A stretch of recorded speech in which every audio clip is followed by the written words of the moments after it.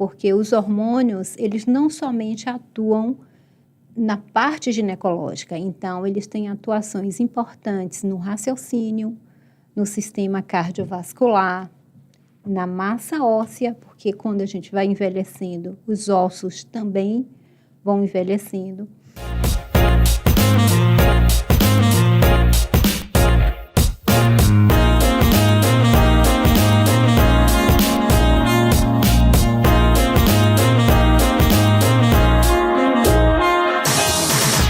Entra no ar, a partir de agora, o programa A Dona do Olhar Aguçado. Olá, boa noite. Estamos começando mais um programa A Dona do Olhar Aguçado.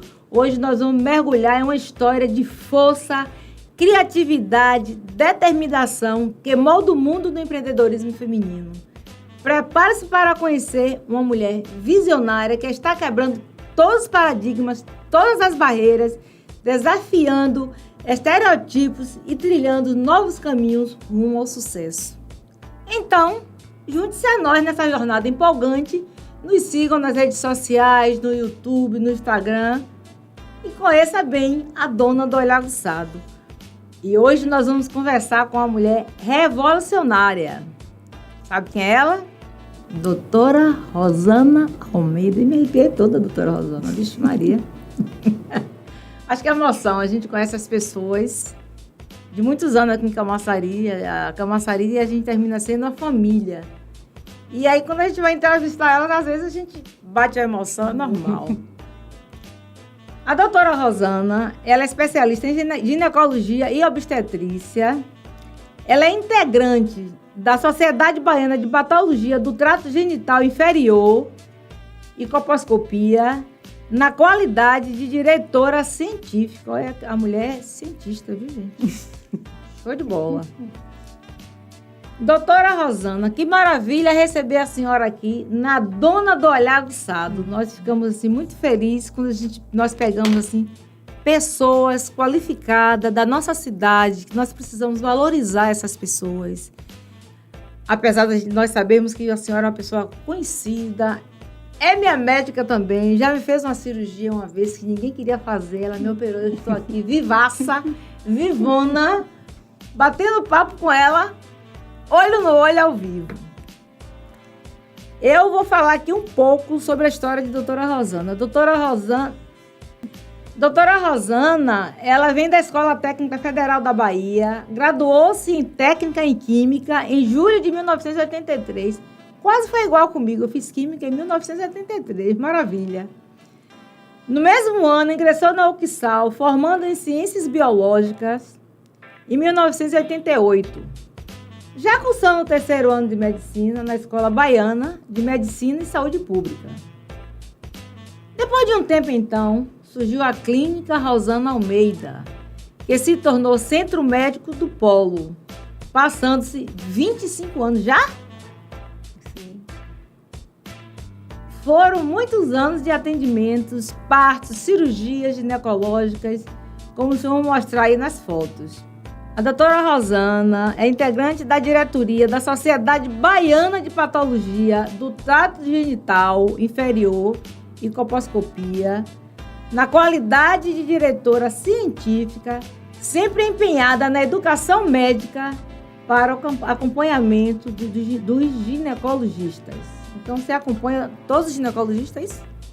Dentro dessa especialidade, faço as programações científicas, como esse evento que a gente vai fazer agora. Sempre atuando em Salvador e Camaçari como médica, muito preocupada com bem-estar e prevenção, principalmente com câncer genital feminino e envelhecimento. Os estudos são constantes, pois a expectativa de vida das mulheres está muito maior que anteriormente, mais ou menos 80 anos. E elas precisam não somente viver mais, porém viver com qualidade. Orientando a manutenção de saúde, sempre foi mais fácil evitar ou minimizar os danos das doenças. Doutora Rosana, é um prazer imenso ter a senhora aqui com a gente. Eu fico feliz, estou até nervosa de entrevistar a doutora Rosana. Eu entrevisto tanta gente E hoje eu fiquei nervosa para entrevistar a doutora Rosana, mas tá tudo bem. Ela vai passar aqui pra gente assim, informações fantásticas, maravilhosas, que nós mulheres precisamos estar atenta a tudo. Precisamos cuidar da gente, precisamos nos amar. E pra gente cuidar da gente, tem que se amar primeiro, né, doutora? Com certeza. Pois é, seja bem-vinda. Então, assim, boa noite. Para mim é um prazer enorme, então, falar de saúde, falar de mulher. Então, é algo que me dá muito prazer, muita satisfação. Então, estamos aqui para contribuir com o que for necessário para a gente levar o melhor dessas informações. Maravilha. Doutora Rosana, agora vem as perguntas que estão todos lá fora, assim, atentos, querendo saber o que a doutora Rosana vai responder. Ela vai falar uma linguagem acessível que todos vocês que estão aí nos escutando vão entender e vão absorver bem. Doutora, quais são os riscos? Quais são os fatores de risco mais comuns para o câncer de mama? Então, o câncer de mama é uma preocupação para a mulher, porque é o principal câncer genital. Então, é a primeira causa de morte de câncer genital, é o câncer de mama. E tem tido uma estatística cada vez mais crescente, abrangendo mulheres mais jovens. Então, o principal é a avaliação regular. Sim. Então, aquele exame que é o mais importante, que é o autoexame, aquele é fundamental para a paciente ter essa preocupação de palpar a sua mama. E cuidar do seu corpo, como você acabou de falar anteriormente. Então, sabe-se hoje que a obesidade, o estilo de vida, incluindo aí principalmente o sedentarismo, a má alimentação, são fatores principais, mas não somente de câncer de mama, mas de câncer de um modo geral. Então, o cuidar do corpo, o cuidar da composição corporal, não é o corpo bem definido, é o corpo bem composto em termos de qualidade, não é de beleza, mas que leve à saúde. Em resumo, menos tecido gorduroso.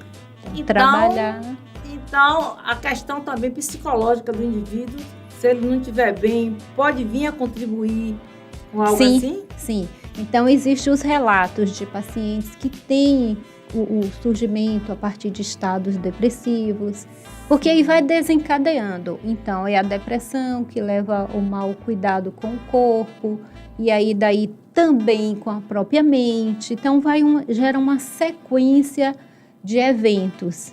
Então, isso aí é verdade. E muitas pessoas não sabem disso, né? Muitas pessoas não sabem disso. Então, a gente vê o relato de surgimento de doenças após estados emocionais, principalmente a depressão. E com que frequência as mulheres devem realizar esses exames de mamografia para a detecção precoce do câncer de mama? Então, a avaliação ginecológica, ela deve ser anual. Então, é importante que a paciente vá sem sintomas, né? Então, isso hoje a gente já vê. A paciente que vem ao médico, eu não sinto nada, mas gostaria de fazer uma avaliação. A mamografia, ela é preconizada a partir dos 40 anos, que é o período em que você tem uma estatística maior do desenvolvimento de lesões. Mas independente disso, então, se ela vai ao médico e tem um exame clínico suspeito, ela pode ser feita antes desses 40 anos. A Sociedade Brasileira, ela já põe a proposta de fazer aos 35 anos a primeira, para que você tenha uma mamografia de base, uma mamografia inicial, que provavelmente ela será normal. E a partir daí ser comparada com a posterior aos 40 anos. A Sociedade Brasileira também coloca que pode ser feita anualmente. Isso sofre uma certa crítica, mas existem situações especiais. Então, não é que isso vai diminuir a taxa de morte, mas você pode fazer um diagnóstico mais cedo e você pode, a depender do tumor, no mesmo momento que você trata a lesão, você reparar a mama. Ou seja, você pode perder uma mama naquele momento e Sim. já sair da cirurgia com a sua mama restaurada. Maravilha. Então, isso aí não tem preço que pague, Não tem, não. entende? Só é um estigma importante a mama para a mulher. Agora, Então- doutora, tem pessoas que faz o exame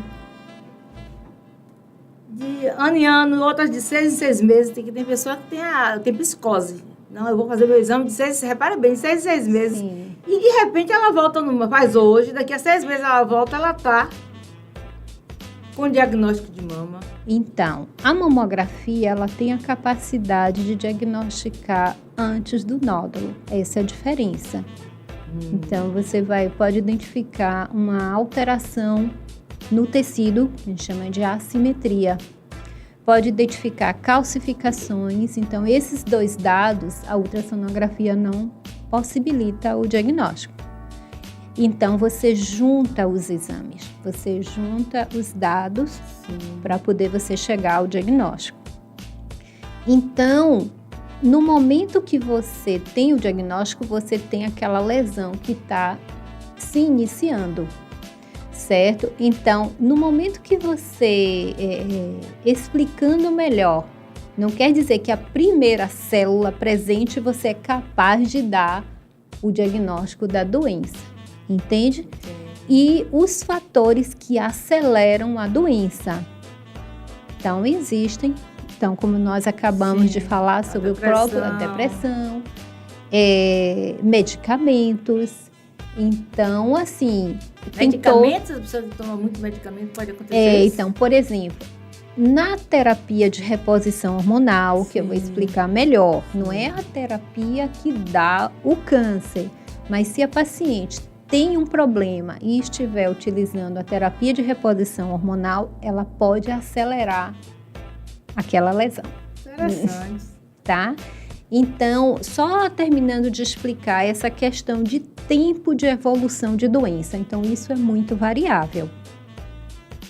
Tá? Então, por exemplo, tem países que não têm condições de fazer uma mamografia todo ano. Então, é feito a cada 3 anos, porque você vai abranger um número grande da população. Entende? Então, se você vai fazer prevenção, você tem que estender dentro daquela faixa etária, é um número grande de pessoas. Então, existem esses problemas. Não é só no nosso país, não.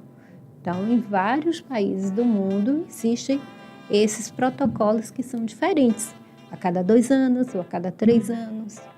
Entende? Também é um exame tão dolorido, viu? Que é melhor que sair 3 anos mesmo.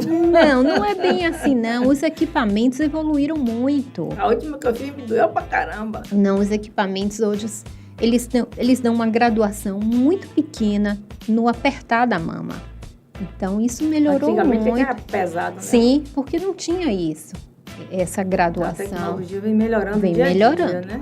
E aí é claro que se você tem os exames de rastreamento, que a mamografia e a ultrassonografia estão alterados, existem outros exames. Aí tem a elastrografia, tem a ressonância da mama. Então, aí esse leque vai ampliando para você chegar ao diagnóstico. Doutora Rosana, o DNA em si, quando o indivíduo faz, mostra que o indivíduo pode ter um sinal futuro para o câncer ou qualquer tipo de câncer? Não, o que hoje você, de modo geral, não. O que é que você tem hoje? Estudos em famílias que, a depender das modificações de alguns genes, você pode ter uma predisposição para câncer de mama e câncer de ovário. Aí tem os critérios. A pessoa que teve a lesão faz o estudo e aí, a depender dos fatores de riscos, você pode ter aí esse estudo de probabilidade que chama. Me diga uma coisa, existem sinais ou sintomas específicos que as mulheres devem ficar atentas como indicação de possível câncer de mama? Sim. Quais? Então, a própria presença do nódulo, um mamilo que não era para dentro e de repente aquele mamilo se torna para dentro, que é chamado de mamilo intruso. Ele Ele entra. É uma pele que começa a ficar áspera, endurecida. Então, geralmente são cânceres já avançados. São sinais clínicos. Ou começa a sair sangue da papila, ali do bico do peito, né? Falando mais popularmente, porque ali sangue não é para sair. Olha a dica aí, viu? Você que está nos isso- escutando, isso aí é interessantíssimo. Tá? Então, são sinais importantes. Nossa, essa daí eu não sabia. E como é feito o diagnóstico definitivo do câncer de mama após a mamografia suspeita?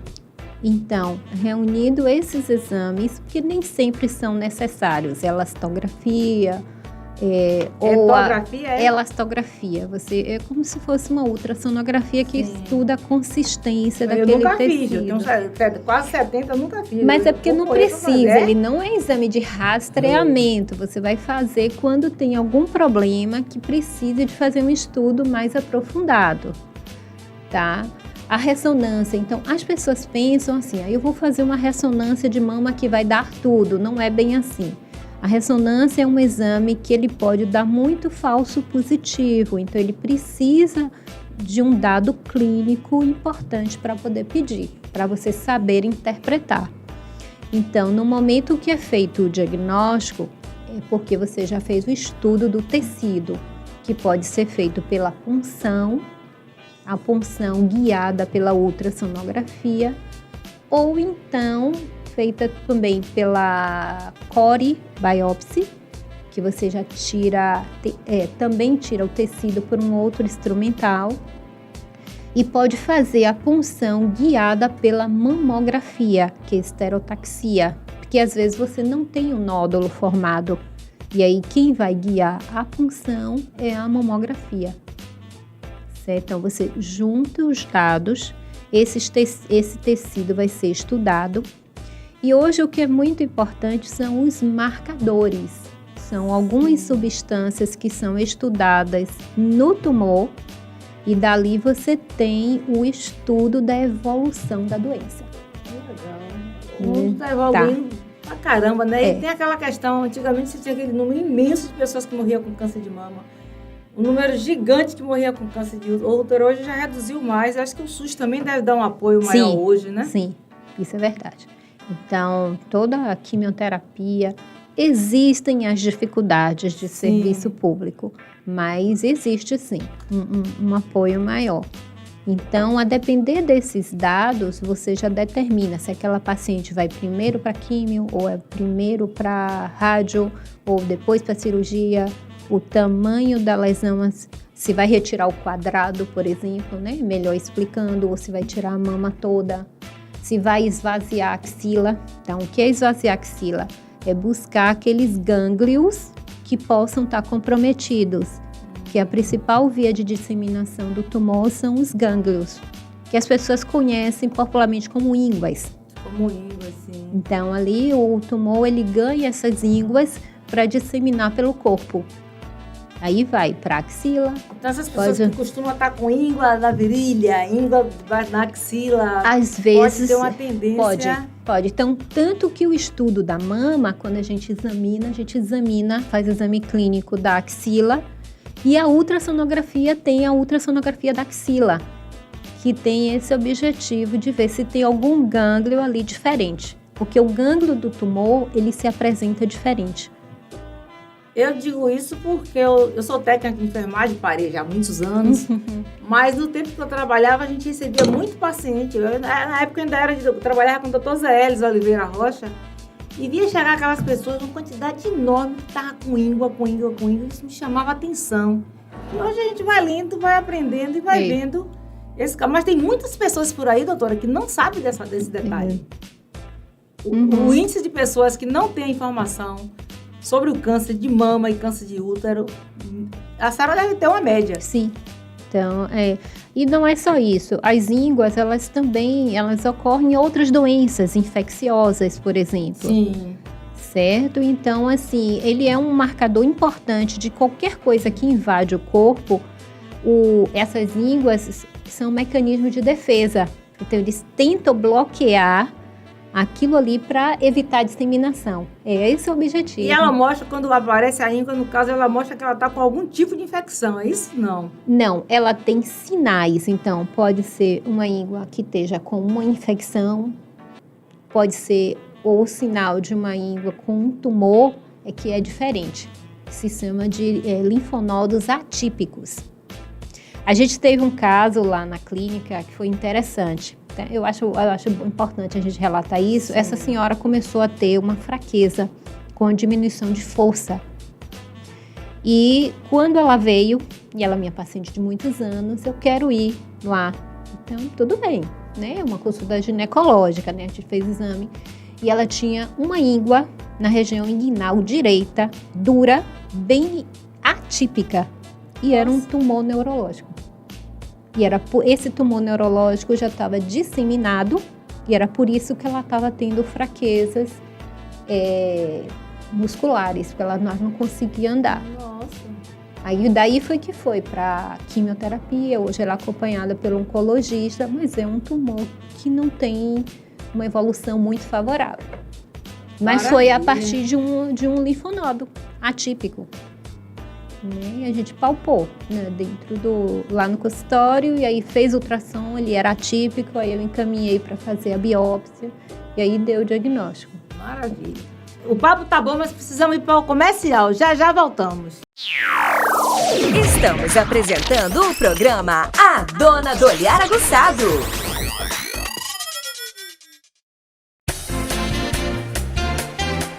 Clínica Ser Mais. Cuidado do ser em sua totalidade. Atendemos assistencial e ocupacional. Cuidamos da sua saúde, dos seus colaboradores e da sua empresa. Realizamos ASOS, admissional, demissionais, periódicos, mudança de função e retorno ao trabalho, além de SST, PGR, PCMSO e LTCAT. E todos os exames complementares, laboratoriais e raio-x. Rua Eixo Urbano Central, número 7, sala 107. Empresarial Montblanc, Camaçari.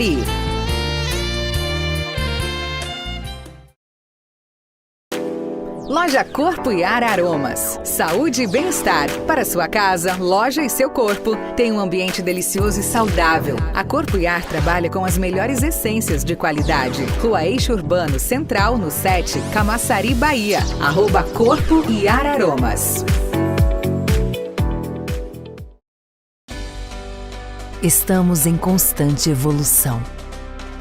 E para construirmos um mundo melhor, precisamos valorizar quem transforma o mundo. Proporcionar mais qualidade de vida e bem-estar é cuidar do amor da vida de alguém. Garantir mais proteção financeira é levar mais segurança familiar. Viabilizar acesso à saúde de qualidade é ter cuidado com o que mais importa. Estar presente no momento mágico de qualquer família é celebrar a vida. Proporcionar assistência nos momentos mais imprevisíveis é estar junto no dia a dia. Cuidar das pessoas é investir no sucesso dos negócios e na construção de uma sociedade mais inclusiva. Nós, da Bem Mais Benefícios, trabalhamos para unir entidades de classe, empresas e fornecedores de benefícios nesse propósito. Acreditamos que juntos podemos fazer bem mais pelo bem-estar das pessoas. Podemos fazer bem mais por um mundo melhor.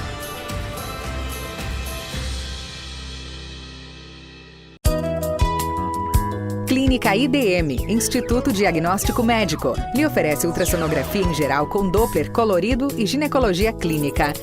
@Clínica IDM. Rua Eixo Urbano Central, no 7, Empresarial Montblanc, Camaçari, Bahia.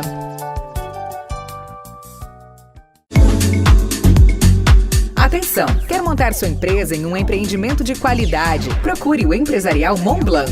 O melhor lugar para você instalar sua loja, seu escritório ou sua clínica, com acessibilidade. Aqui você encontra auditório todo equipado, com 100 lugares para locação. Bem no centro da cidade, situado à Rua Eixo Urbano Central, número 7, Camaçari, Bahia.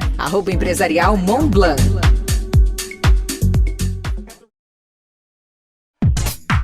Rádio Spiderweb. Sua rádio trazendo notícias e boa música 24 horas por dia. Acesse o site spider24hs.com.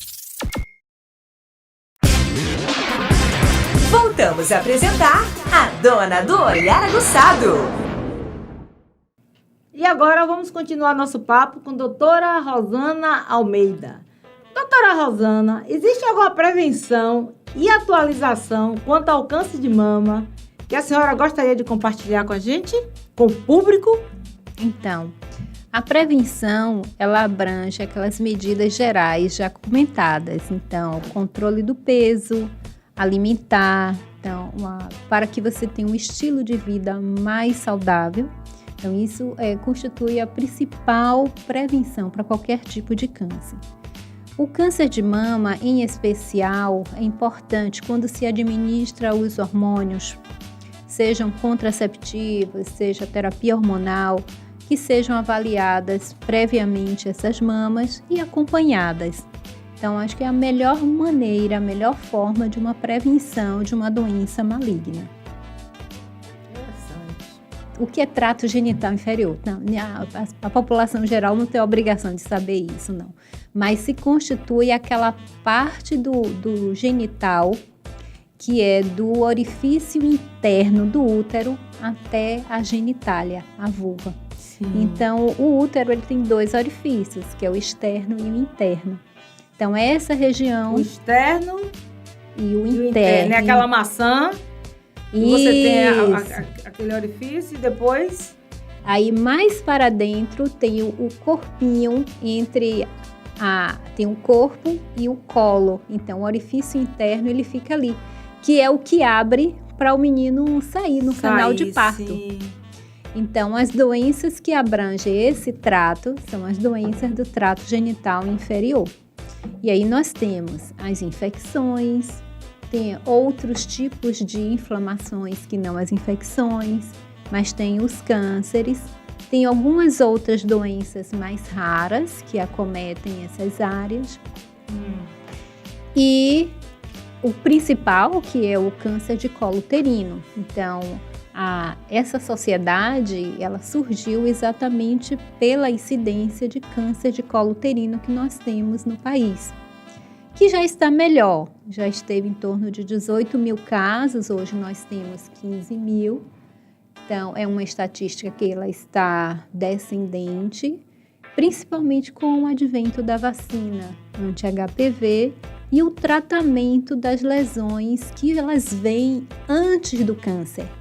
É aí que entra o ginecologista e a mulher que vai ao médico, quando ela não sente nada, o médico é capaz de diagnosticar essas lesões e tratá-las antes que elas se tornem sintomáticas. Eu lhe pergunto, a vacina do HPV, com que idade a jovem deve tomar essa vacina? Aqui no Brasil, em média, dos 9 anos. Porque quando você... Cedinho assim? 9 anos, né? Porque foi o estudo da estatística do início da atividade sexual, de um modo geral. E é claro que, assim, você está pegando um pouco antes, porque você vai ter uma melhor resposta imunológica para produzir aqueles anticorpos, né? Principalmente quando ela já vai estar iniciando a vida sexual. Então, O jovem hoje inicia a vida sexual muito cedo, né? Então, na rede pública, ela é distribuída dos 9 aos 14 anos para meninos e meninas. Eu não sabia que a rede pública distribuía. Sim, a quadrivalente, sim, que é a vacina um pouco mais antiga. Agora já tem a nonavalente, que pega 9 tipos do vírus. Nonavalente. É. Então, a população que é população imunocomprometida, como os pacientes HIV positivos, os pacientes oncológicos, eles também recebem na rede pública até 45 anos. Tem essa determinação. São informações assim, importantes que muita gente não sabe. Eu sou uma pessoa esclarecida.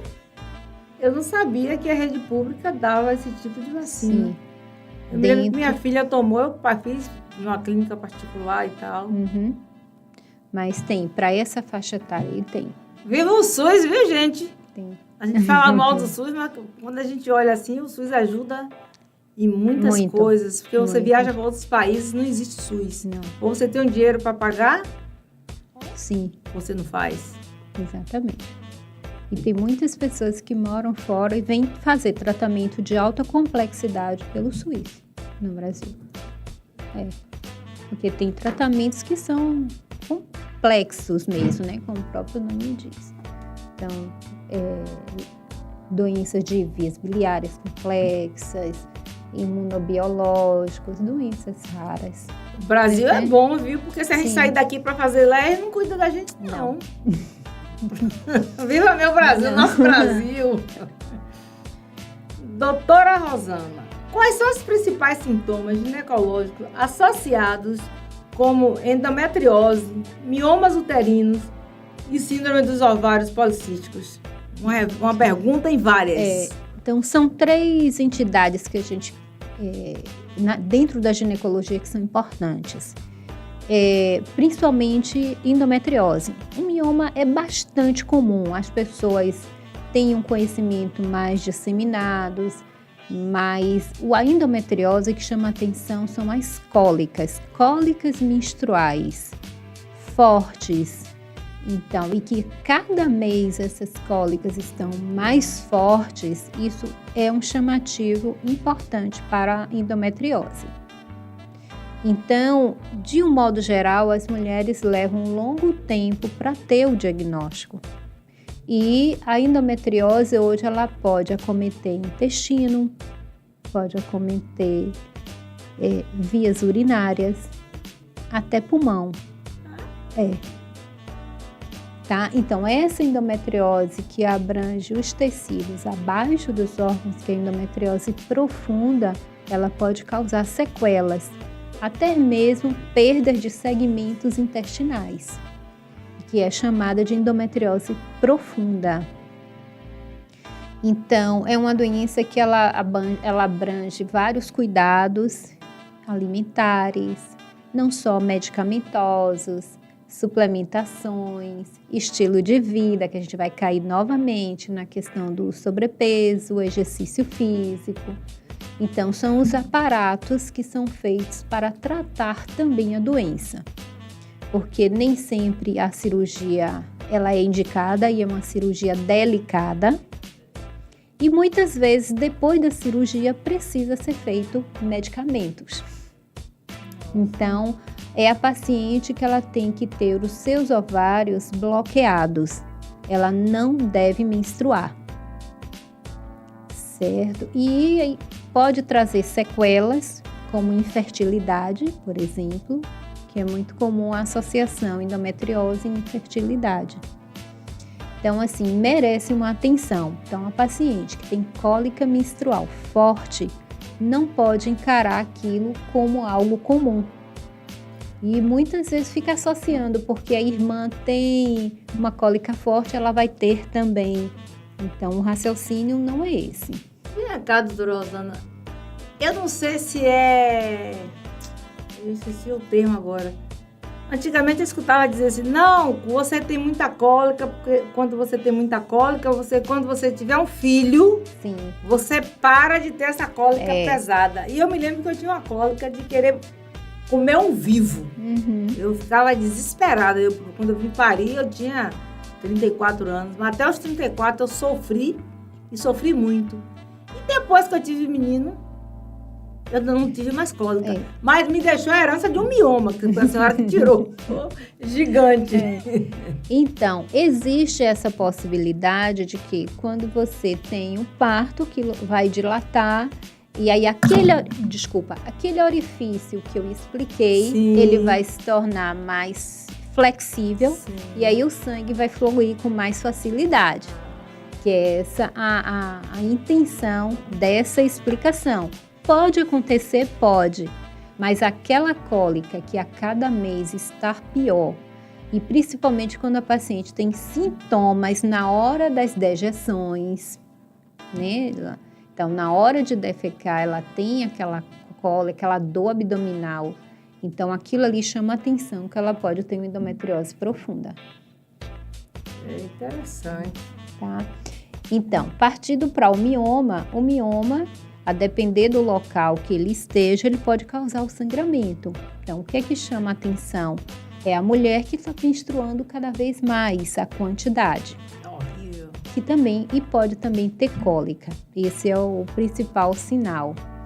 E em relação aos ovários policísticos, que é uma síndrome, não é aquela questão de que é pelos ovários terem alguns cistos, alguns folículos que são normais, aquilo ali não é a síndrome. Então, a síndrome você tem, no geral, atrasos menstruais e pode ter aumento de pelos, tanto no mento, que é a barbinha, pode ter no abdômen. Então, são pelos com características androgênicas, ou seja, com características masculinas. Ou aquela coxa que tem muitos pelos na parte interna. Então, você tem que associar os dados do atraso menstrual, essas alterações da distribuição dos pelos, pode ter muita acne também. Então, você reúne para dar a síndrome, para você caracterizar a síndrome. E na ultrassonografia, ele pode se mostrar cheios de cistos. E quando essa pessoa envelhece, esses pelos, eles diminuem, não é isso? Às vezes não.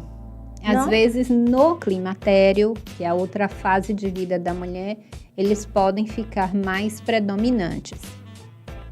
Depois de um tempo, aí estabiliza, depende muito de Aquela cada barbinha. pessoa. Sim, e a barbinha, o bigodinho. Acho que é por isso que eu tenho um pouquinho, viu?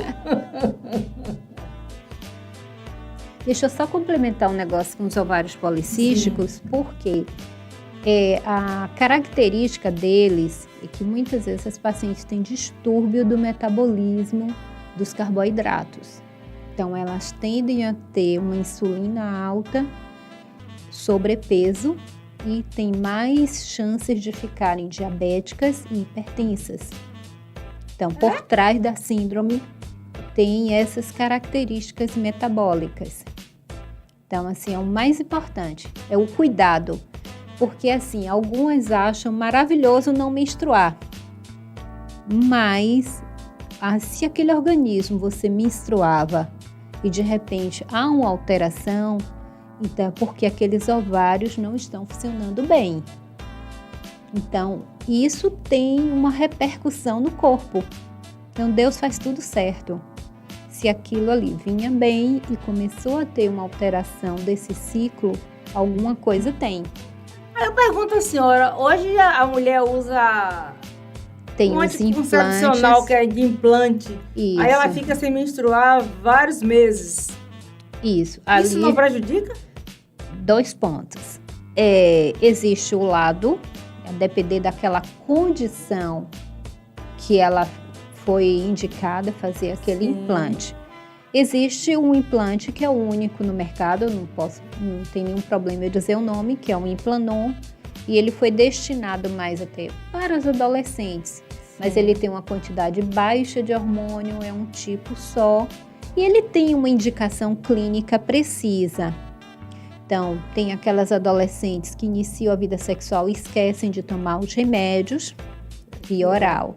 Então, é melhor ela colocar um Implanon do que engravidar. Então, tem a circunstância que leva a você indicar. É claro que ela vai precisar do acompanhamento médico ao longo do tempo. Ele dura 3 anos. E a mulher não ganha peso? Aí vai depender também daqueles outros fatores. Normalmente não. Ela pode ter uma sensação de edema, mas se cuidar da sua alimentação, da atividade física, a tendência é você ter um controle. Aí você me perguntou se faz mal ou não. Então, dentro daquele contexto que você indicou, ela tendo acompanhamento, ela não terá malefícios, tá? Na endometriose, que eu citei anteriormente, você tem que bloquear o ciclo, porque faz parte do tratamento da doença. Sim. Tá? É diferente, assim, que em consultório tem várias situações. Eu quero ficar sem menstruar. Então, assim, também não existe aquela coisa de querer, né? E que a gente vá tentar fazer uma forma que vai dar certo. Sim. A gente tenta, Então, se a paciente tem um corpo normal, quando a gente fala corpo normal, está funcionando tudo bem, é melhor que deixa-se o transcorrer do fisiológico, do normal. Naturalidade. Naturalidade, entende? Mas se tem uma condição clínica que precise, isso pode ser feito dentro de um controle. Complicado, viu? É complexo. Então, tem uma situação, eu vou passar o final de semana com o namorado, por exemplo. Então, às vezes você pode fazer uma estratégia para não sangrar, mas não quer dizer que vai dar certo. Então, a gente tem as formas de fazer isso, tá? E também não indicaria que fosse sempre feito com tanta regularidade. Doutora Rosana, depois da menopausa, vamos dizer, a mulher faz 60, 65 anos. Ela deve continuar, ir ao ginecologista, fazer exame de mama, tudo. Exame de mama não, a gente sabe que tem que fazer. Mas ela deve continuar, ir ao ginecologista, fazer seus exames normais. Boa pergunta. Essa pergunta é boa. Então, deve. Porque existe o protocolo da coleta do Papa Nicolau. Então, aí tem os critérios. Sim. Se a paciente, ela, por exemplo, tirou o útero por uma condição benigna, ela pode até parar de fazer. Porque, para os protocolos, as lesões de vagina são raras. Mas, assim, dentro do consultório ginecológico, ela tem que ser examinada. Então, um aparelhinho tem que ser colocado para o médico examinar a vagina. Não necessariamente precisa colher o Papa Nicolau, tá? Mas se a paciente tirou o útero por lesão de colo, ela tem que colher. Mesmo que ela viva 70, 80 anos. Porque as chances dela ter lesões são maiores, tá? Então, assim, ela tem que ir ao médico. Aí você pode me perguntar, precisa fazer mamografia com 80 anos? A Sociedade Brasileira diz que sim. Vou fazer 70, eu tenho que fazer também? Sim. Os tumores são mais raros, mas eles acontecem. Então, falando do texto que eu coloquei para vocês, a expectativa de vida hoje da mulher, em média de 80 a 83 anos. Então, ela nunca viveu tanto. Sim. Então, hoje, ela tem uma participação social, conjugal. Então, ela casa, ela separa, ela tem outros relacionamentos. Então, é uma outra mulher. Então, ela vai estar também exposta a doenças, né? Então, aumentaram-se as estatísticas de câncer de pulmão na mulher, infarto na mulher. Então, tem todo uma cadeia, né? Minha avó faleceu com quase 100 anos. E veio descobrir que estava com câncer uterino já com 92 anos. Antes ela não tinha. Isso. É claro que alguns tumores, eles diminuem as estatísticas e ficam menos agressivos. É o que a gente verifica, como mama, colo de útero.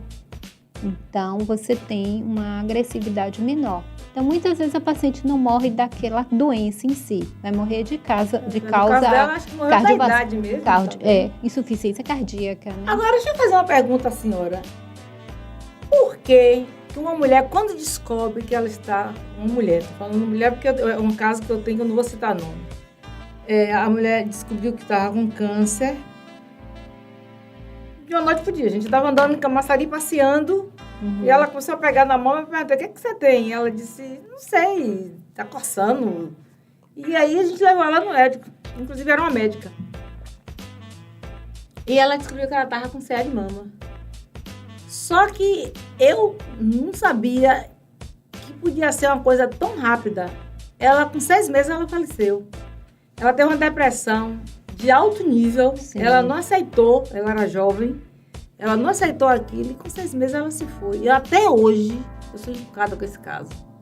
Mas é um dos fatores, né? Então, ou você tem o diagnóstico, muitas vezes você não aceita. E existe aquelas fases, né, para alguns diagnósticos. Primeiro a negação, depois a aceitação. tá? Até você encarar, levantar adiante e você abraçar o tratamento, né? Então, você tem um suporte em volta. Então, hoje você tem a psicologia, a nutrição, o que faz com que você tenha aquele acolhimento para encarar. Mas tem pessoas que realmente não aceitam, não trabalham bem a doença e evolui para depressão. E como é que a gente pode fazer para apoiar um amigo ou uma pessoa da família que está enfrentando um diagnóstico de câncer? O que a gente pode fazer para a gente poder ajudar? Boa pergunta, né? Então, fazer entender que dentro daquela doença existe uma perspectiva de tratamento, tá?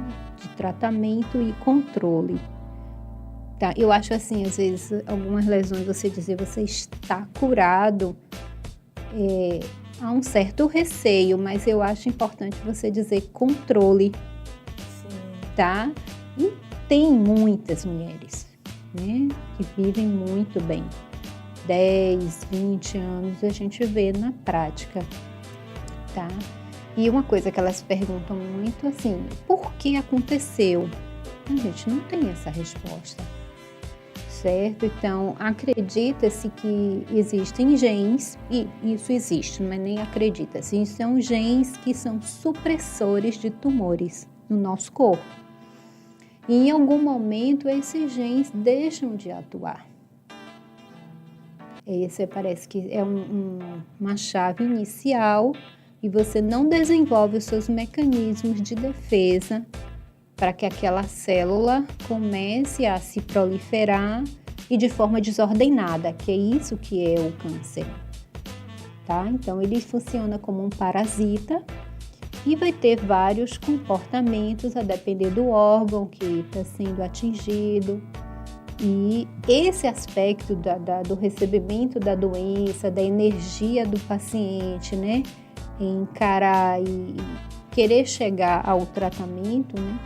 Isso é muito variável de pessoa para pessoa. Eu tenho uma amiga, que eu posso citar o nome dela porque ela não se importa, ela teve um câncer de mama, nas duas mamas, tirou as duas no mesmo dia. E ela tem um astral tão alto, tão bom, que ela disse, não, eu vou manter meu cabelo raspado, minha cabeça sem cabelo raspado, não vou usar peruca, eu vou desfilar no shopping, que é a Alba Gabric, beijo pra você, Alba, uma linda, maravilhosa. E ela começou a desfilar em shopping, na dela, depois ela fez, 2 anos depois, ela fez a cirurgia, colocou a mama de volta, que na época não podia. Sim. Certo?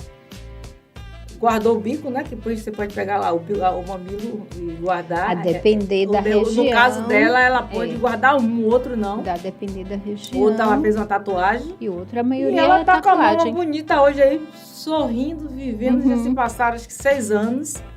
E ela linda e maravilhosa. E orientando outras pessoas. O ano passado nós fizemos aquele desfile com Célia Santana. Sim. E ela tava lá no meio da gente, palestrando, falando. Eu acho que a gente tem que estar preparado para tudo na vida. E uma das coisas que a gente tem que olhar é que a gente precisa conhecer da doença. Nós precisamos nos amar. A doença veio, vamos tratar, vamos cuidar, vamos ficar bom, vamos confiar em nosso médico. Porque a gente precisa confiar no médico. Sim. Confiar em Deus e confiar no médico que está cuidando da gente. E eu acho que tudo fica bem.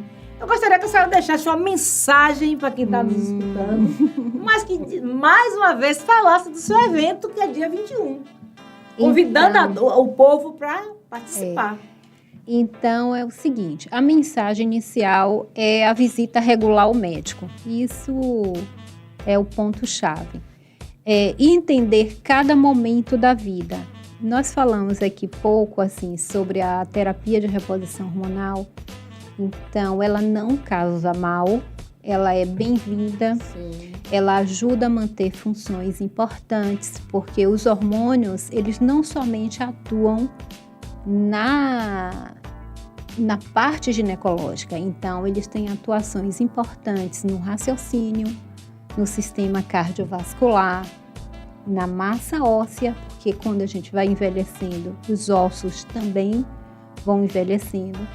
Sendo que essa terapia hormonal, ela precisa ser orientada pelo médico, Então, aquela paciente, ela precisa saber se ela realmente pode fazer ou não, e durante o tratamento, fazer os controles.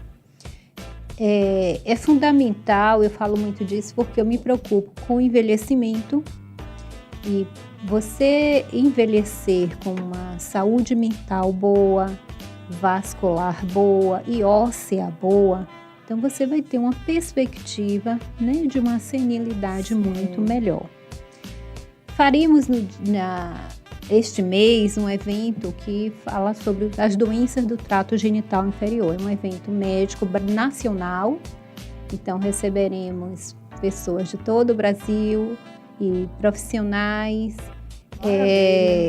voltados justamente à saúde. Vai ser em Camaçari?